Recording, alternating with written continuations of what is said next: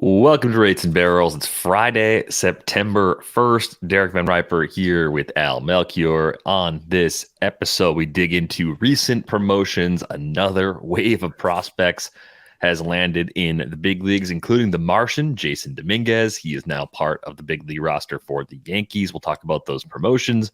We'll talk about some waiver claims and where those players landed. Eno and I talked about the possibilities with the likes of Lucas Giolito and Harrison Bader and Hunter Renfroe, Ronaldo Lopez. We learned on Thursday where those players are going.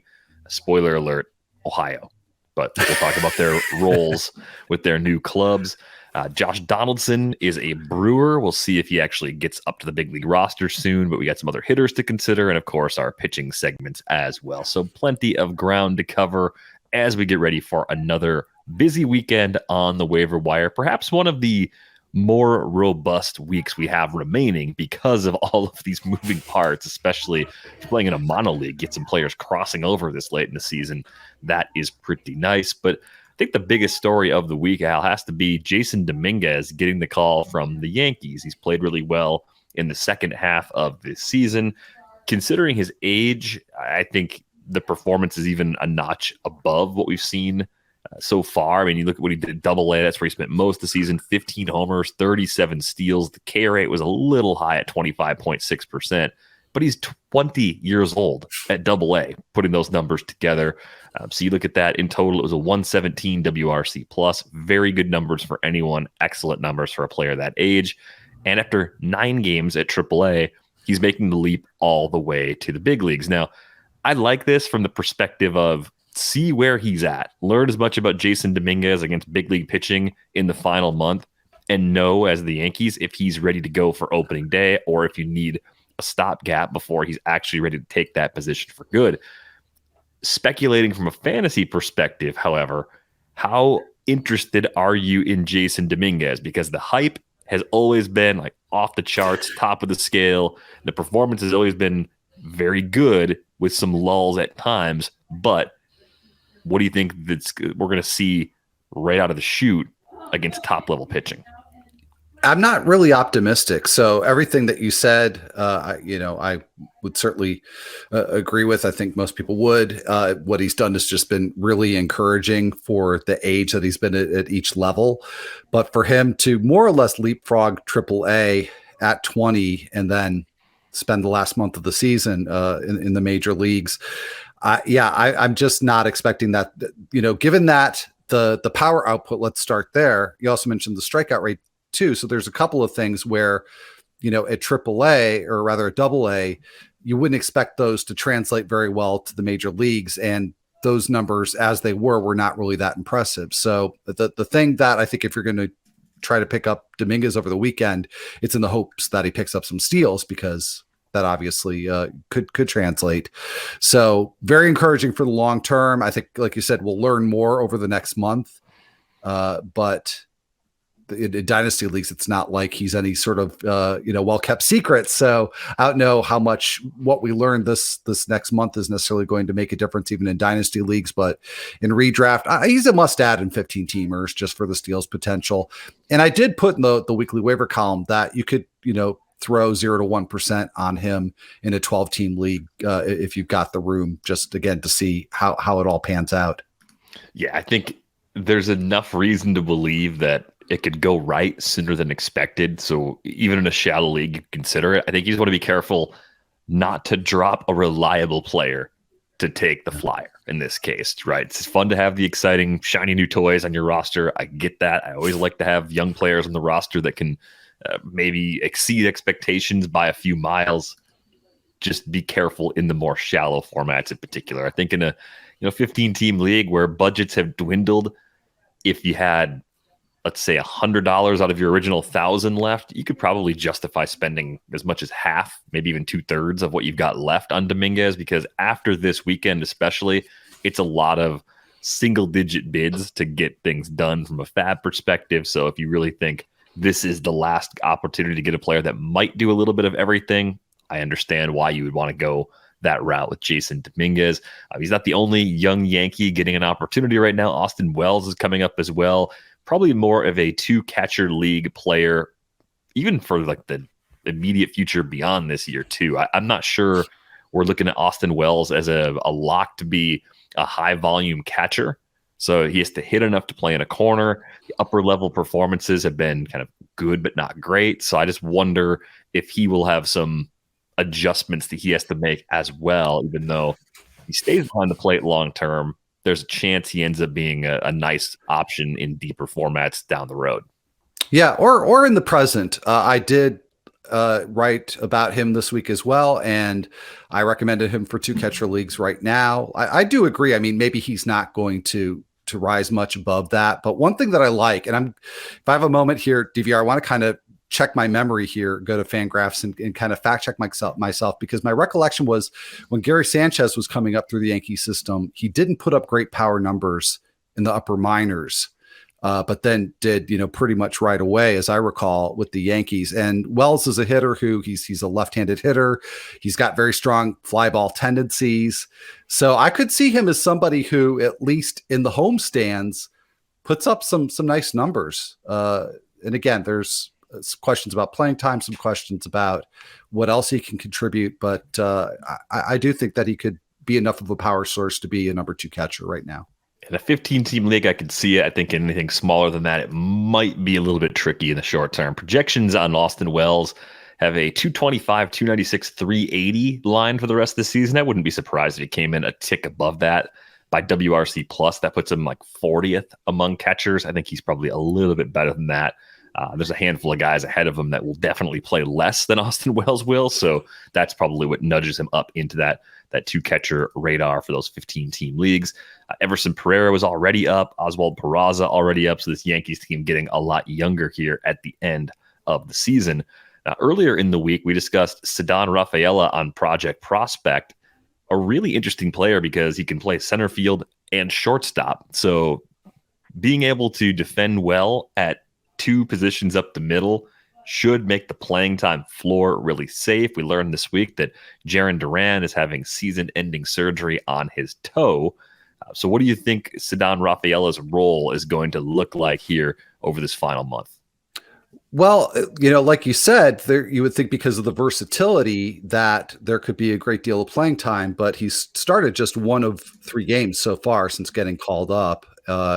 So it's a little bit confusing to me, to be honest. I still think that there's the potential for Rafaela to first of all make some starts against right-handers, which he hasn't done yet.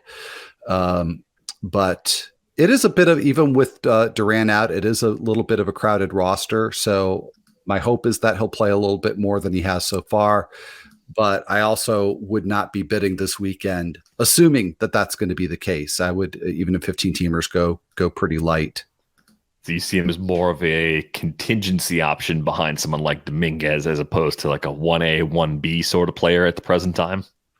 I would, even though the minor league number suggests that Rafaela is probably more ready at this point to contribute at the major league level. But I have enough doubts about the playing time that, I would make him contingent behind Dominguez or Mauricio, who we're going to talk about. Yeah, so what it does, there's the log jam because Luis Urias and Trevor Story are healthy right now as options at second and short.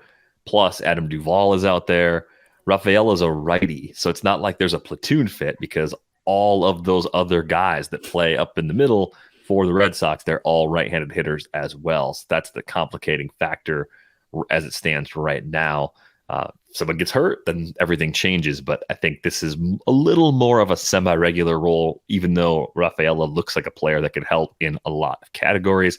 It sounds like you're a little more optimistic about the role of Ronny Mauricio. And Ronny Mauricio, I think, has an approach that's going to be interesting to watch against big league pitching. It's a question of whether what he did in the minors will work against major league pitching. Can he be as aggressive as he's been, not take walks and hit pitches around the edges of the zone and be as effective as he was as a hitter? He went 2020 last year at AA as a 21-year-old. He did it again this year as a 22-year-old at AAA. So really good results, has lots of ways to contribute. Is this even kind of like the best of both worlds, where you get some of the tantalizing categorical upside that Dominguez offers, and you get it with a guy that should be able to help right away with a safer role than what Rafaela is going to have? Yeah, I think that's a great way to put it. I definitely would be more aggressive in going after Mauricio this weekend. There's a clear role for him. I mean, even though he came up as a shortstop, he's played a good deal of left field this year, and there's a gaping hole in left field with the Mets. No offense to Rafael Ortega, but he's just not really gotten it done, and you wouldn't necessarily view him as a roadblock to a top prospect.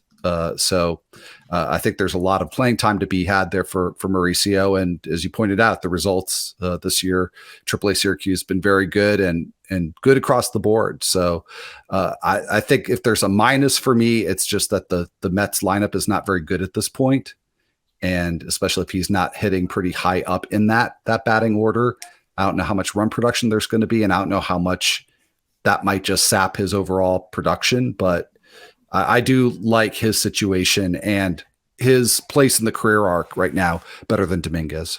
Yeah, I think that Mets lineup it's all right. It might even be a little better than average the rest of the way if a few things break their way. It's a big if. Yeah. I like Francisco Alvarez. I wonder if he is wearing down with the heavy workload he's had behind the plate this year. Pete Alonso, of course, didn't get traded at the deadline. He's still there. Lindor's still there. But they brought back Brett Beatty, too. I think that's probably the other thing between Nimmo, Alonso, and Lindor being healthy, and then you bring up all the young guys to play together. You can see it maybe being a thing where they feed off each other a little bit, build some momentum for next season. I think that's probably the hope, internally at least, for those Mets bats. Are you interested in going back to the well with Brett Beatty? It's not a first-time promotion, but he played really well at AAA. 10 homers in 26 games. He was among the players discussed on Tuesday that I said I liked a lot going into next season.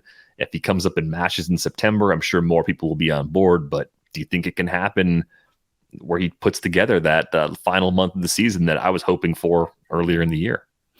It certainly could happen. I'm sort of lukewarm on Beatty just because we've seen a good sample of Major League plate appearances at this point, and I don't know that he'll be putting it together this season. As you were setting that up, I was thinking, who am I going to put the bigger bid on this weekend, Beatty or Carter Kieboom? And I think I might actually go with Kieboom, who is getting some pretty regular playing time and doing pretty well with it so far. So, but I think that's a pretty good comp right now in terms of at least my level of interest. That's interesting. Yeah, Carter Kieboom is back. It's been a long road for him just to get healthy and take on a spot for the Nationals. And it feels like we've been talking about him for years. And we have. He broke in 2019, but he's going to turn 26 this weekend. So he's still relatively young. I think my ongoing concern with Carter Kieboom comes back to the quality of contact that he's making. I know he's popped 3 homers in 8 games this year for the Nats, so he's running hot right now, and it's a good story. But you look at the underlying numbers throughout his time in the big leagues over parts of 4 seasons, it's a barrel rate under 5%. The hard hit rate isn't really good. It's not one of those situations where you look and say, oh, the hard hit rate's good, and he hits the ball on the ground too much. It's just he doesn't hit the ball hard, or at least he hasn't to this point. So for me, the thing I kept gravitating toward with Beatty and the other players that I was trying to target for later was the ability to make that hard contact. Even with Beatty's struggles earlier this year, it was a 43.9% hard hit rate, 7.1% barrel rate. You walk a little bit. The strikeout rate wasn't disgusting, 27.7%. That's fine for a first-time everyday or near everyday sort of player. So I kind of just want Brett Beatty to lift the ball more, which has been a problem for him in the minors too, right? That's a longer term concern for Beatty. He's not one of those players that got to the big leagues and started hitting the ball on the ground more. He's consistently struggled with that for many of his stops as a pro. So I think I'm flipped from you on the Beatty Kieboom thing, but the appeal of Kieboom would be plenty of playing time. There's no reason for the Nats to hold back. So I think if you're looking at one, you're at least putting the other on your bid list for some depth purposes, probably at third base, but you would hope the Mets just let it fly with Brett Beatty over the final weeks of the season. A couple other guys that got promoted. Alexander Canario is in the big leagues now for the Cubs. He's been hurt for most of this year at AAA. Big time power. I was looking at the RotoWire player outlook on his player page over there. The comp they dropped on him was Franmil Reyes, where it's just big time power, and it might be enough to carry him. This, to me, looks more like a part-time role for Canario, given the lack of playing time available for the Cubs, but it's good exposure for him. Maybe someone that adds some thump off the bench. Am I wrong to be limiting my interest only to NL only leagues or keeper and dynasty formats where I might be able to pick him up and stash him away cheaply for next year? I think that's pretty close. I'll definitely be seeing where he fits in this weekend in my 15 teamers, because he was scorching hot right before the call up. It was kind of an interesting trend that I pointed out in the column, because his plate discipline just was terrible in this final stretch, but he hit with a ton of power. So I don't know if there was a change in approach that was kind of a net positive for him, or just small sample weirdness. But I think that there's at least the possibility of him to get some not regular but pretty steady playing time, because Nick Madrigal has been in the lineup, and I think that there's a way you could shift Candelario to third and open up DH for Canario. And I have to be careful not to say Canario when I mean Candelario, or vice versa. But there's the path. I do see a path there, but it is tenuous. So he's not on the level of the Yankees prospects or Mauricio, as far as I'm concerned, in terms of level of interest. But some interesting possibilities there. Yeah, I think he's definitely a few notches below most of this group. He'll probably play less than Rafaela because of the defensive limitations. So keep that in mind as you kind of think about this group as a whole. The Cubs also have a pitcher going right now. Jordan Wicks is going to start game 1 of their doubleheader against the Reds on Friday. So we'll have results from that before anybody gets a chance to hear this podcast. So it could be Wicks, could even be Shane Green possibly sticking around in the back of that rotation while they try to get Marcus Stroman back in the weeks ahead. So we'll keep Wicks in mind when we get to our pitcher section here in just a bit. But I think the Canario question would be Canario versus Hunter Goodman, who's breaking through in Colorado right now. And I get the sense that Goodman's got a clearer path to playing time, given that the Rockies are looking to the future and the Cubs are trying to win a division. Yeah, no doubt about that. Like I said, that path for playing time for Canario it's a little bit muddled. So, whereas Goodman, who's going to take the playing time away from him, and certainly as well as he hit in a very brief time in AAA, and as well as he's hitting so far, no reason to doubt the playing time for him. And then, of course, Coors Field. So a little bit more appeal there for Goodman. Yeah, it might be some downside in that batting average category, in particular when he's on the road, but home park, as we've learned over the years, will tend to iron a lot of that out. Goodman playing first base on a regular basis since Sunday for the Rockies, so we'll keep an eye on that playing time, but he looks like a nice potential power boost if you need some help on the corner. Let's talk about the players that changed teams over the course of the week, thanks to mostly the Los Angeles Angels of Anaheim letting a bunch of players go to save some money. Lucas Giolito gets a fresh start in Cleveland, Al. We talked about some of his struggles earlier in the week. I don't know if we mentioned it at the time, but the schedule, which did come up back when they traded for him, the schedule was brutal. Look at the matchups that Lucas Giolito had during his 6 starts as a member of the Angels. He had the Jays on the road, the Braves on the road, the Giants at home, the Rangers on the road, the Reds at home, and the Phillies on the road. Nothing really easy in that entire group. I mean, the Giants kind of stand out as the one that maybe, okay, that shouldn't be too bad. But it was an ERA near 7. It was a whip close to 1.5. And that was from a guy that had a really nice track record in recent years, even looking like a fantasy ace for a little while a few years back. Prior to the trade to Anaheim, Giolito had a 3.79 ERA and a 1.22 whip over 21 starts. Now he's back in the AL Central again. We've seen Cleveland have a lot of success with pitching development over the years. Do you sort of just push him back toward the expectations we had when he was still a member of the White Sox? Is that a reasonable adjustment to make, even though the last stretch has been so bad for Giolito? Yeah, I think so. Because if you break down the the peripherals versus the portion of the year that he spent with the White Sox and the very brief portion that he spent with the Angels, the thing that really stands out is all the home runs that he gave up, and some of that you can chalk up to that schedule for sure. Some of it I just think is maybe. It feels weird to say bad luck with home runs because it's not like a dribbler through the gap. I mean, it's to some extent, if you're giving up a home run, you've made a bad pitch. But I just think that a home run per 9 verging on 3 seems like a little bit of overkill and probably not fully deserved. So home runs were already a risk with him even before he went to Anaheim. So I think that's a good reset, back to what our expectations were with him earlier this season with the White Sox, where you figure you're going to have some inconsistency. Home runs could be a problem in, some of his remaining starts, but there's upside there. Yeah, I think the thing that stands out to me is that for the season as a whole, Giolito's fastball velocity is in line with previous levels, still down a little bit from where it was at his peak, but it's not like he lost another tick off his fastball. So I think there's some bounce back potential here. He is throwing that slider a little bit more.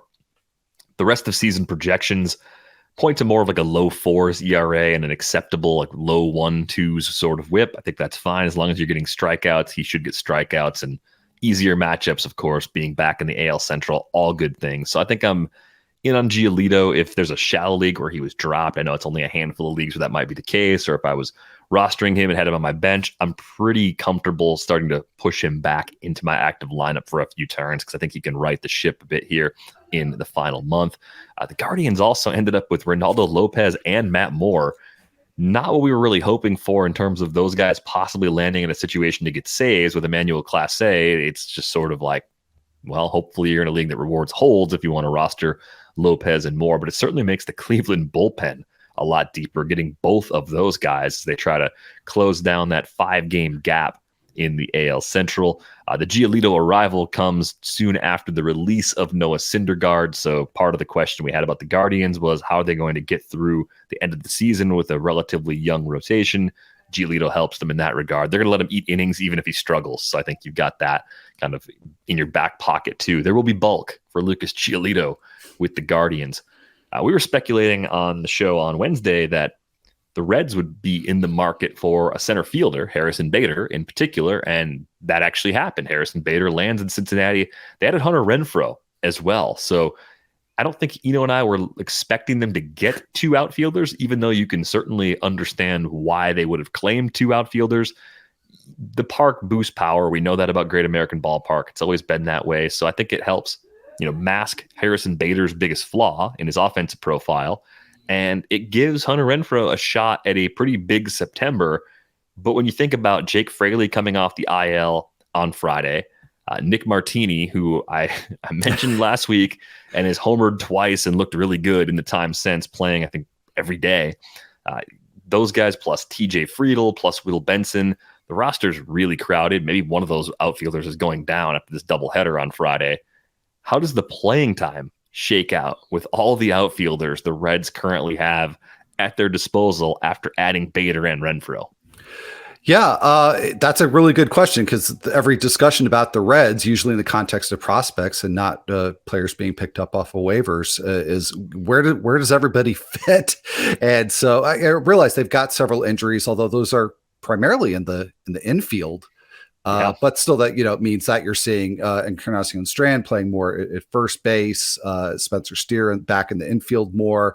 So they've got the versatile moving parts to make room for everybody. But it's still, I'm not sure where the full-time playing time comes for either Bader or Renfroe. I'm sure, if you reeled this back to April, you wouldn't necessarily be fearing Bader getting the lesser part of a platoon with TJ Friedl, but here we are. I think that's actually a very likely scenario. So it may just be part-time roles for both of those guys. Yeah, it's really hard to say because I think Friedel's done enough well offensively to justify at least the larger side of the platoon. Bader being a righty, could end up on the small side, and they could just use Bader as a late inning defensive replacement on the days that Friedl starts. That could be the script the rest of the way. And with Renfroe, we know he's mashed lefties throughout his career. The questions about him and what sinks his overall production sometimes is what he struggles to do against same-handed pitching. So you could look at Renfroe maybe as more of a soft platoon, being on the small side with someone like a Jake Fraley or even a Will Benson, depending on who stays on this roster. It's really pretty messy right now. So as much as the park helps them, the roles I think are a little lighter than you might want. So better news in NL only leagues where both of those guys come over from the AL and they're going to play a lot more than most of the guys on the waiver wire in those deeper mono leagues. But in mixed leagues in particular, I think it could be a really touch and go situation as far as how their roles go. You're going to want to keep a close eye on the upcoming matchups before committing to them in weekly formats. But a nice boost for the Reds, to say the least. I was a little underwhelmed when I saw that the Brewers signed Josh Donaldson to a minor league deal. Could be worse. It's a minor league deal. I think part of that just comes back to the reports and the grumblings that Josh Donaldson is not always a popular person in a clubhouse. So I just kind of wonder, like, okay, if he's not really a good hitter anymore and there are concerns about how he fits into a clubhouse, why bring him in September?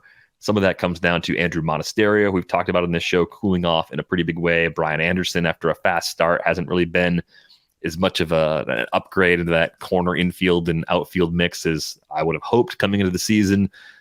Do you think Donaldson has anything left in the tank, though, Al? I just think he's looked kind of done, even though the barrel rates have been consistently good throughout this season. It's just been 120 plate appearances. So it's almost like this all or nothing sort of right-handed bat now. Like, that's a really weird player to put on this roster potentially if they call him up.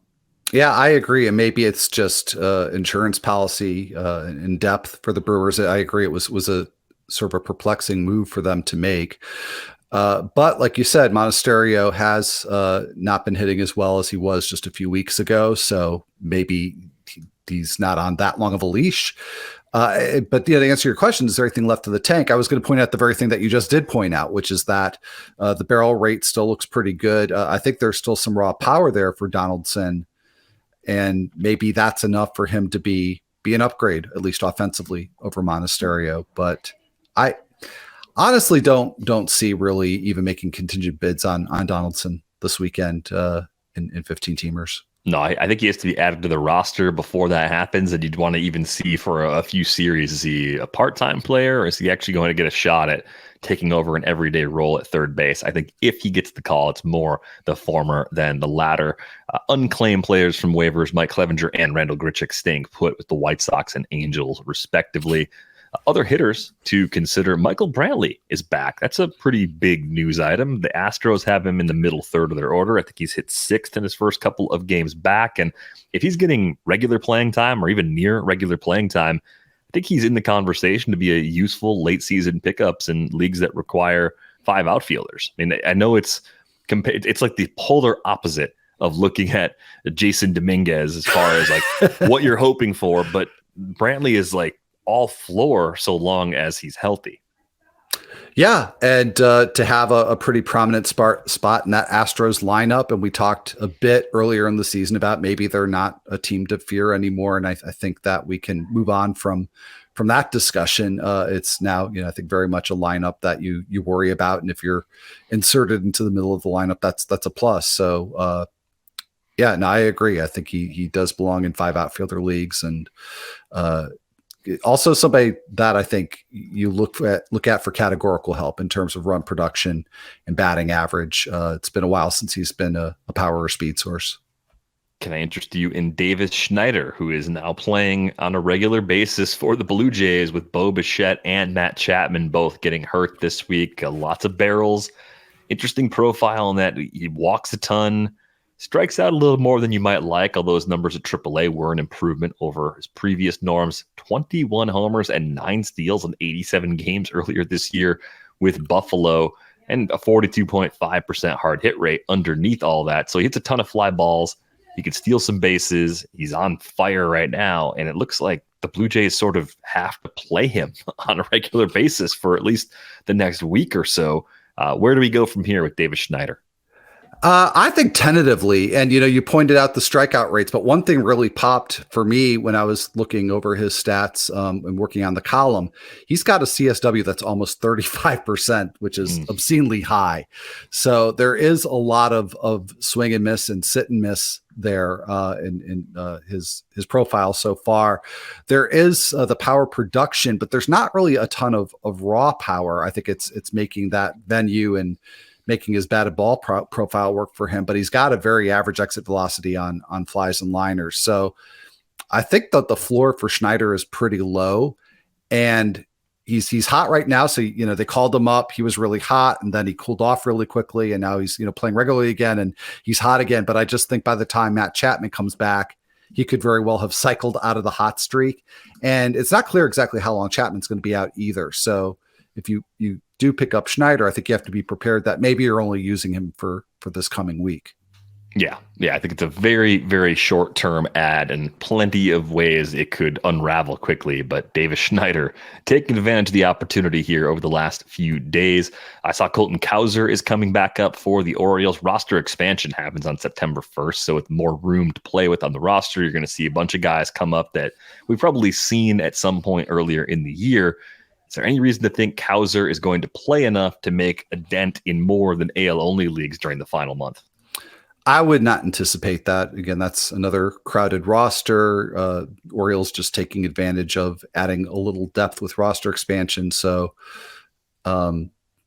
he's rates pretty low of all the players that we've talked about so far. I really don't have much of an expectation that he's going to play more than in a part-time role. Yeah, the only concern I really got about Cowser, aside from playing time, is that even with that return to AAA, he was striking out almost 35% of the time in 13 games he spent back at AAA Norfolk. But I think it's really going to be more of a 2024 player to consider as it goes with Colton Cowser. I think there's still a lot of things he can do well.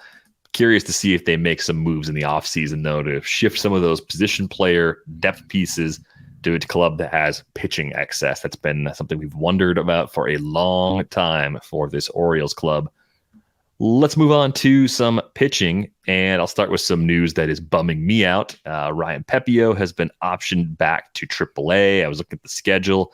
The Dodgers need a fifth starter next weekend, and based on the timing of this demotion, I don't think Pepiot would be eligible to come back unless he replaces an injured player to be that option. So the improved control is not necessarily keeping Pepiot on the roster for all of September. So unfortunately, if you picked him up, you may have to drop him again this weekend and be prepared to pick him up again later if he gets another spot start or two before the season is through. But the other sort of semi-related factor here, Walker Buehler is starting a rehab assignment on Sunday. It's only supposed to be 1 to 2 innings, so it's likely he's going to need a few turns rehabbing before he's back in the mix. So it's not a 1-for-1 Buehler's coming back, Pepiot's down sort of thing, but that's another potential hurdle for Pepiot that could be there at the end of the month that's not there right now. So good news for Walker Buehler.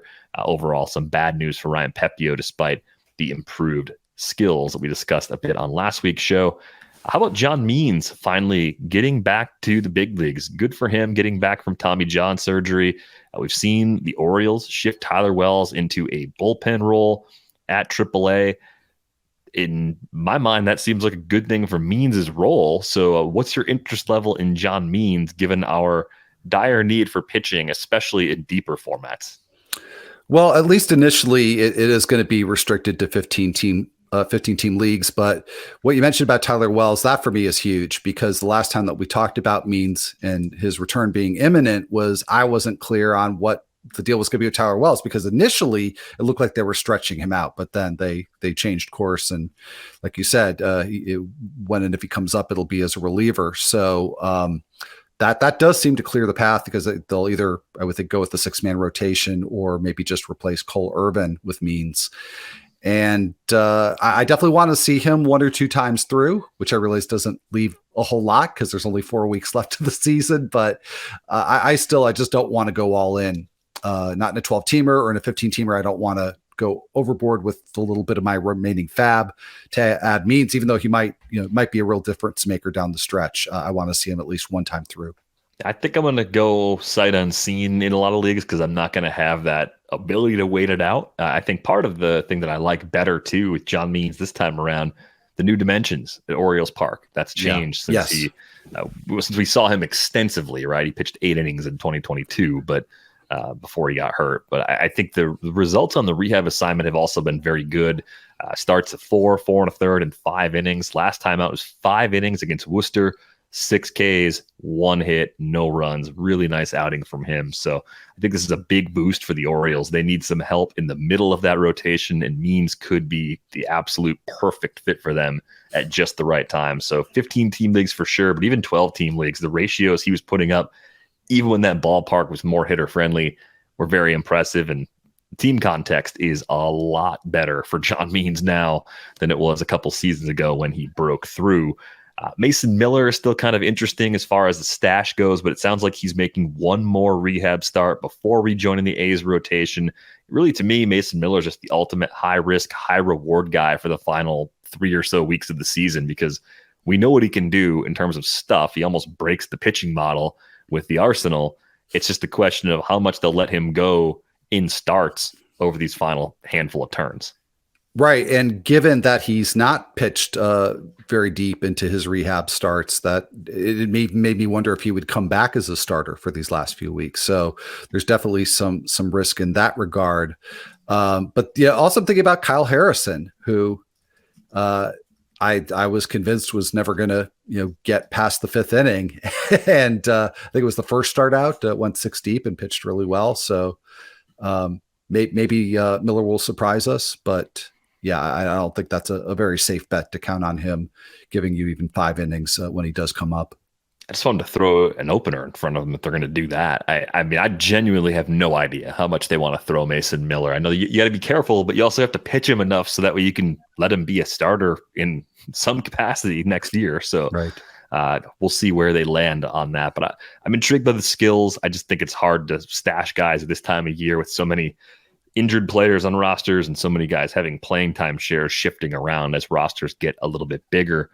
What do you think about Darius Vines? A really nice debut for him at Coors Field against the Rockies. He may get 2 starts this week too, and both would be at home if he sticks in that rotation. It'd be the Cardinals for the first one, Pirates for the second one. I looked at the pitching model just to see what it spit out, and it probably doesn't work for the first start because it was in Colorado. I think I saw like a 11 on one of Darius Vines' pitches, which I've never seen from the pitching model before. It's kind of like when you get the radar gun out and it like spits out a 120 and you're like, okay, that didn't happen. So let's just take a step back. And the minor league track record for Darius Vines is pretty good. You won't find him on any top 100 prospect list, but he's not a non-prospect. The changeup grades out really well. The big questions were really around his fastball rather than his command as far as what the scouting grades point to. Do you take a chance on this profile given how good the team is and given the results he's been able to put up with a lot of good swinging strike rates throughout his time in the minor leagues? Well, I won't. He's like you said, 2-start pitcher. I don't really love the Cardinals matchup.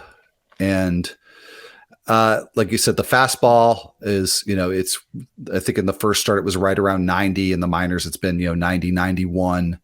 So the secondary stuff does grade out really well, but I wouldn't anticipate strikeouts. I wouldn't anticipate a performance like he had in Colorado. I mean, I think that's just one of those kind of fluky things. And he did have decent strikeout rates up until he got to AAA and missed about half the season too. So, I mean, there's just a lot of variables there, but it just feels like a risky move right now, especially now when you're, in leagues where it matters, you're playing to either secure a title or move up. And that's a dangerous 2-step. All right. So you're putting this more in the Hail Mary group than the yes. let's try and go get him. It's just, I need innings. So he's one of those guys that might give me a lot of innings this week.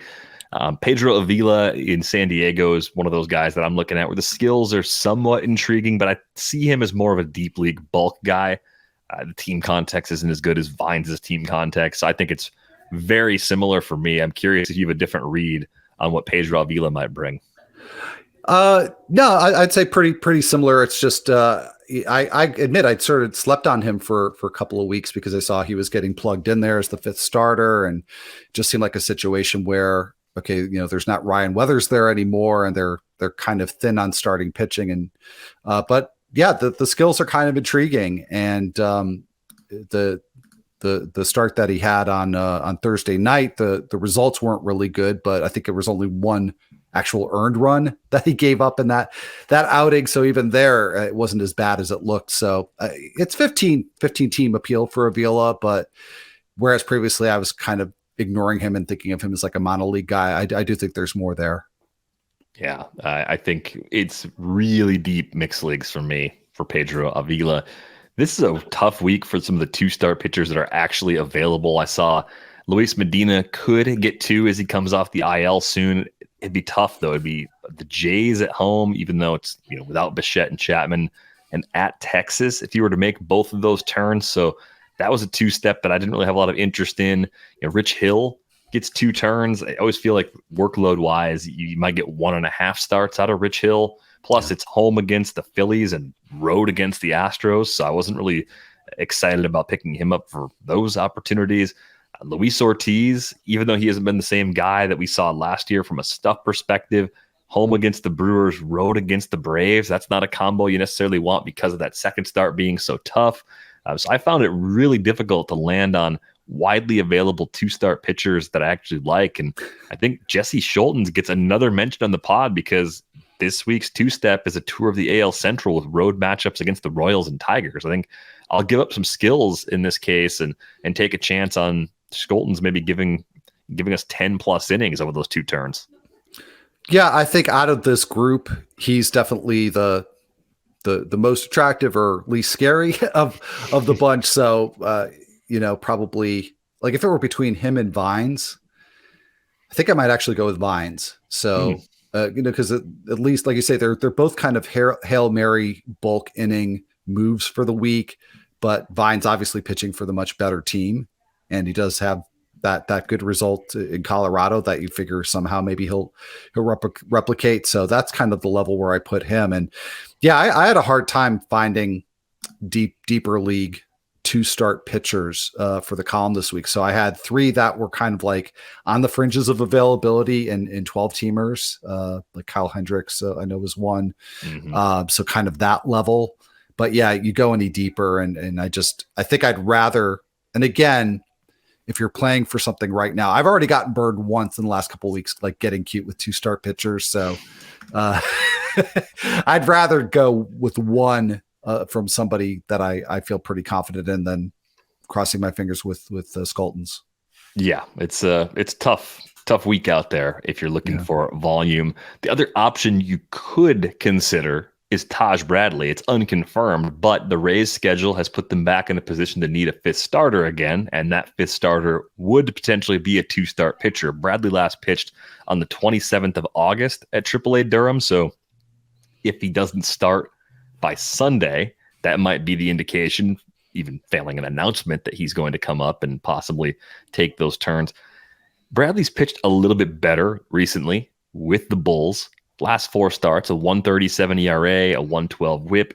Is Taj Bradley finally rounding into form? And in what situations are you willing to speculate if we don't get confirmation? Let's say he doesn't pitch this weekend, so you got the first part of that checked off. But if you don't know for sure that he's actually going to even get called up, what do you do? And what leagues would you be interested in trying to stash him away? Definitely 15 team and deeper. And it's situational too, because if you're 15 team league, you're pretty well set for pitching. I feel like that's a risk of a roster spot that's not really worth taking. Yeah, I think that's a good way to put it. Now, I think the other interesting names for me on the streaming side, just 1-start pitchers, 2 kind of stood out. Andre Jackson, who's now pitching for the Pirates, gets a home start against the Brewers after being really just an extra pitcher for the Dodgers for the last couple of years.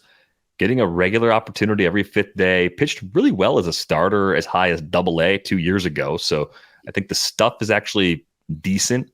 Opportunity is pretty clear. And the Brewers, even with all the changes they've tried to make to this offense, still a below average offense. So I think if you're in a deep league looking for someone that could sneak in a win, probably won't have the ratios go completely sideways. I think Andre Jackson actually fits that bill. Yeah, I agree. Yeah, no, I like that. The Brewers I do consider to be a pretty favorable matchup, and the one concern back to when he was with the Dodgers and in their system that I had with Jackson was as a fly ball pitcher, the home runs perhaps being an issue, and that's not something I'm going to worry about in this start. Yeah, nice to see. So far, the walk rate way down. If that skill holds, that's going to go a long way. Lots of swinging strikes throughout his time in the Dodgers organization, and the ability to miss some bats as a result of that too. So keeping a really close eye on the matchups for Jackson week to week. Throws 95 too, so it's not like he's like a soft tossing junk ball sort of pitcher. Like there's a pretty electric fastball there for a unheralded starter. I mentioned Jordan Wicks a little bit earlier. It will help getting a chance to see him pitch again on Friday to get those results in. What do you think about Wicks? I mean, if he sticks in the Cubs rotation, he does not throw particularly hard. He's got a pretty deep pitch mix. It's fastball, change, cutter, curveball, even an occasional slider. So really could be 5 pitches there. Do you think Wicks is good enough to consistently get big league hitters out and help us in some mid-range mixed leagues down the stretch? I think he's matchup dependent. There's enough there. Like you said, the arsenal is solid. I think there's a little bit more potential there for strikeouts than with, say, Darius Vines.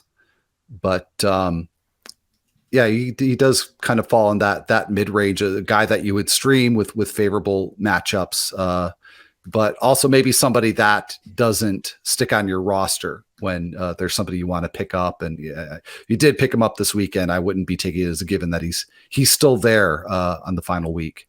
Yeah, a little more week to week. Other interesting pitcher, Slade Ciccone, is at the Cubs.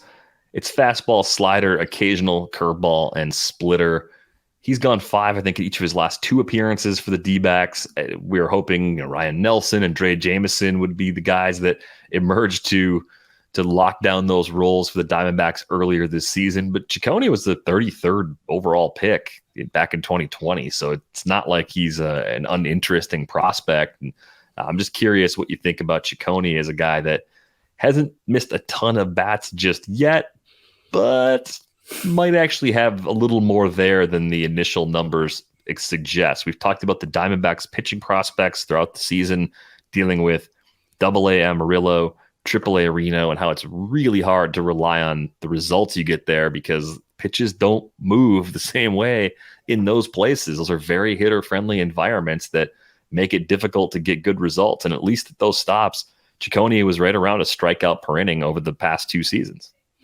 Yeah, no, I think I have looked at the Diamondback schedule all the way through, but it's definitely a matchup-based situation for him. And the Cubs right now are a team that I fear a little bit for pitcher matchups. So he does not make the grade for me with that matchup. Yeah, Cubs averaging over 5 runs per game. I think only one of 6 teams in the league that have done that all season. So there's your reason to be a little careful with the Cubs, unless your ratios are already blown up and you're just looking for someone who's got a start that's actually available in some deeper leagues. Trivia question for Al. Who does Wade Miley pitch against this week? This is a major fail, given that I've got him, I don't think in every league, but I've got him in a lot of leagues, and I cannot answer that question off of the top of my head. So I'm cheating and seeing that he's got the Yankees in Yankee Stadium. Yes. So are you using him in that spot, given that it's the young Yankees and it's a hitter-friendly environment, so there's always risk, but what's the plan for Wade Miley in your typical 15-team league this week with that matchup? I trust in Wade Miley, so I wouldn't say it's a situation where I'm just going to blindly put him, or in my case, keep him in the active rotation. But I do need to look at my alternatives because, like you said, Yankee Stadium, that's that's a dangerous venue. But I tend to think that I will be keeping Wade Miley active this week. Al needs to meet Wade Miley someday or interview him on a podcast or something. It just has to happen. Although I found it interesting. I think it was maybe, a week or 2 ago.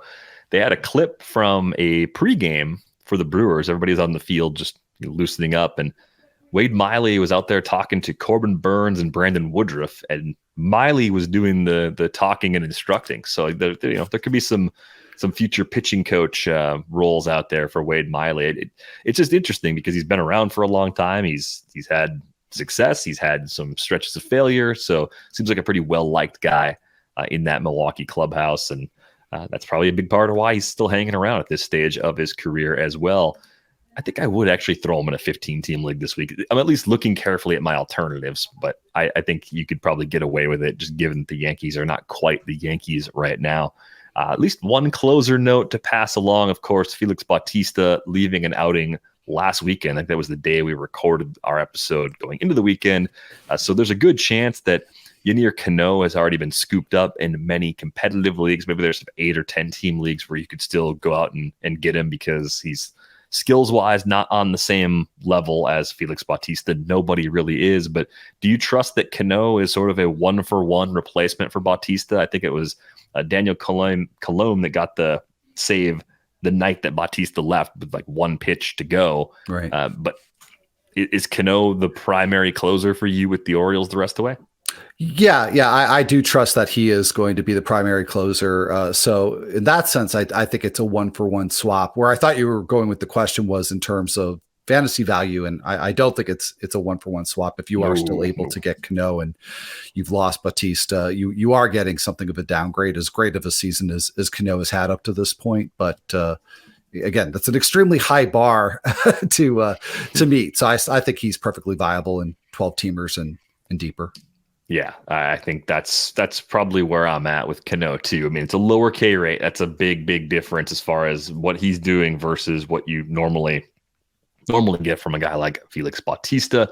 Any other closers that have caught your eye over the past week or so? I didn't see a lot of changes looking around the league. I mean, I think it's pretty interesting that the Mariners bullpen continues to thrive without Paul Sewald. That was just trading from depth back when Jerry DiPoto decided to trade Sewald at the deadline. Andres Munoz looks like he has really taken that larger share of the role. So I don't know. I keep looking at Munoz and wondering if they'll give him more next season, since he's already got a season or a career high 11 saves this season. But has anybody else caught your eye in the last couple of weeks from a closing perspective? Well, not really, but last weekend I did get outbid on Cano, and so wound up with Trevor May. And these last week we're talking at some length about how May has picked up quite a few saves lately, and has pitched better, and definitely it does not feel like a 1-for-1 trade-off. I would much rather have Cano, but still happy to have Trevor May in that 15-team league where I got him.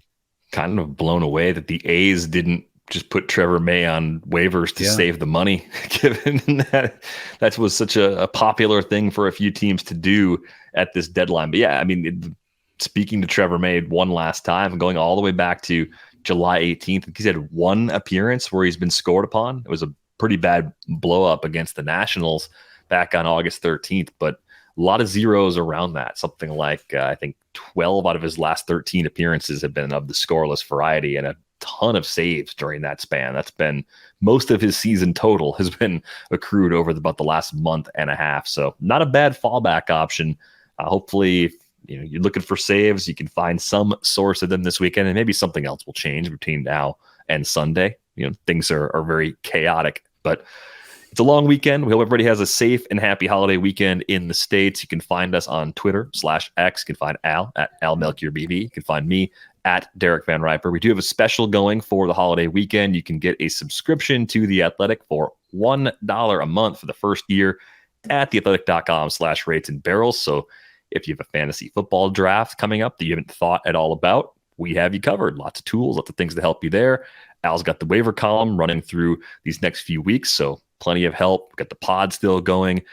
My time for the season is up. So my season is over. I am back on paternity leave coming out of the weekend. So I appreciate everybody who's listened and been patient with me throughout the season. I feel like I've been a little foggy for most of the year, so haven't been myself. Hopefully the shows have still been good and enjoyable, but Eno's still going to be here. Al's still going to be here. Welsh still going to be here. I appreciate all of you guys carrying me, filling in for me while I've been gone, and looking forward to being back in October. So that's going to do it for this episode of Rates and Barrels. We're back with you on Tuesday.